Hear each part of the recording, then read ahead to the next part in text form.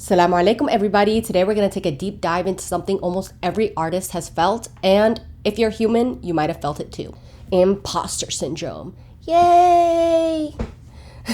It's such a topic that I've had on my mind for a minute now, especially with new projects that I've been producing and creating. I just wanted to kind of go into it a little bit and see what it is that people feel and why we feel this way. So imposter syndrome is basically when you feel like you are not good enough, or you're putting on this fake facade. It feels like you're in this field that you're working in and you don't know what you're doing. You're in this field, you're doing everything pretty good in other people's eyes and your boss's eyes in the work that you're doing, but at the same time, you just don't feel like you are what you say you are.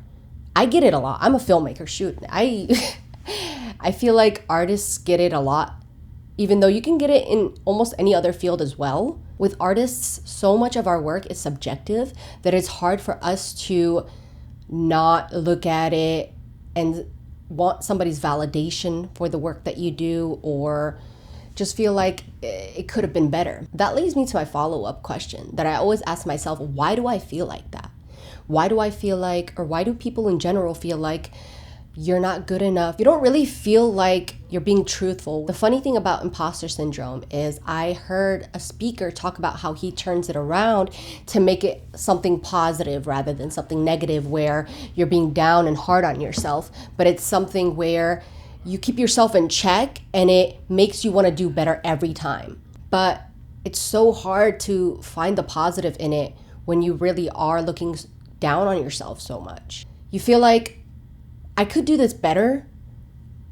Why did I do this in the beginning? I'm not good enough for this. I am not this person. I can't do it. I'm never going to get there. I'm never going to be as good as this. I'm never going to be good in general.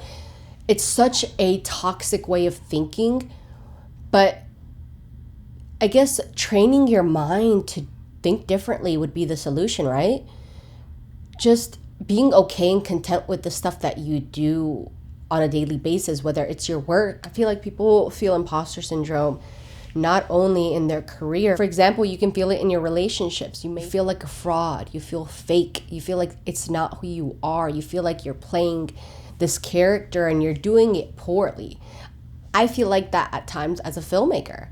You know, I feel like when I create something, I just want people to love it so much that it can drown out how I personally feel about the project.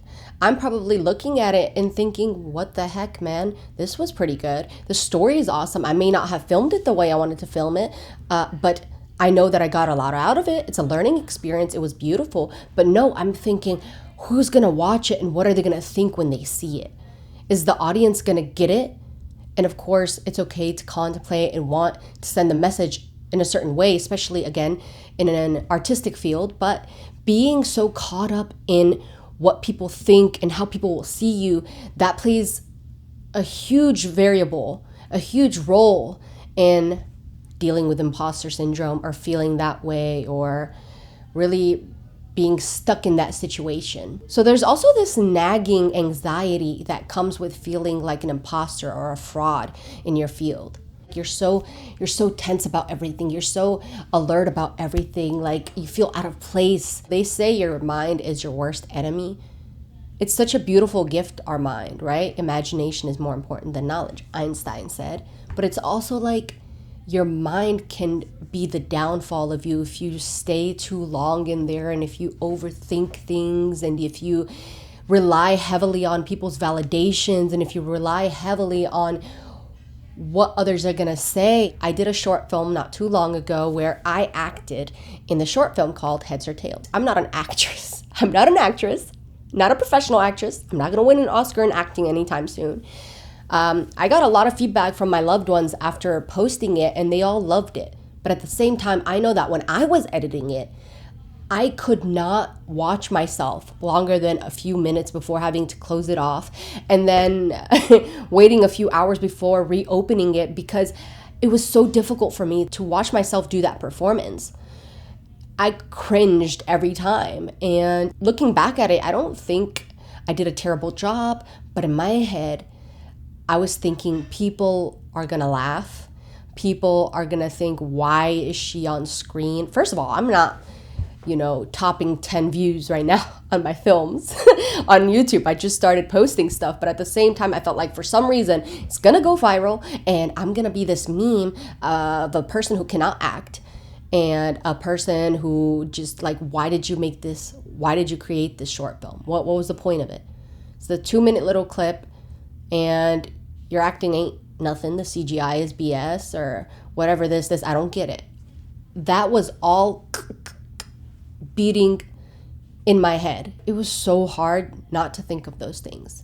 And I feel the more content and the more work and the more you're diving into your art, the more it's gonna happen. Not staying in that mindset for too long, it's gonna be one of the best solutions you could do for yourself, because staying in that mind space, overthinking it nonstop, letting it come and stay in your mind, let it plant this little seed of doubt and insecurity and anxiety in your mind, that's what's gonna grow. It's not even the thought that comes through your mind. You let that come in, you let it pass. Okay, I'm done. I get it. Take a deep breath and then letting that feeling in that moment pass. And I'd say not only with imposter syndrome, but everything that you feel, every experience, every insecurity, that would be the perfect way to have it not be a big deal, to have it not become a thing where it's going to be on your mind forever. And you're going to be thinking about it day in and day out. You're going to be going to sleep thinking about something bad about yourself, something bad about life in general, something that's going on in your life. And then you're going to wake up with that same thought because you let it linger on for so long. You are who you say you are. That's not going to change. I am a filmmaker. That ain't going to change. You are a poet. That's not going to change. You are a chef. That's not going to change. You are a masseuse. That's not going to change. And everybody's a student until they're not. But you're always learning something new. So why are we so hard on ourselves? And a lot of it sounds very simple, right? Just not overthinking things. Allowing yourself to know that it's okay. I think when you start practicing the method of letting things go, like truly letting it go, may come back and sit a bit every now and then. You might have that thought. And it's so hard when you're putting yourself out there and you're communicating with people, you're socializing with people. This is how they see you. And you're afraid that how they see you is how you see yourself. You just got to work on yourself on the inside, work on loving yourself, caring about yourself, knowing that you're enough. What you do is enough. And inshallah, bi'idhn al-wahid al-ahad, you're only going to grow and you're going to use that to your best abilities. And you're going to use this quote unquote syndrome to become something that's going to push you forward rather than pull you back. That's all I have to say today. It was a little conversation I wanted to have with you guys about things that I've been feeling mostly, and I guess I just wanted to rely it on you and hope that you get something out of it. But I hope you enjoyed, and thank you very much. And I hope you watch my videos in the future, inshallah. Take care. Bye.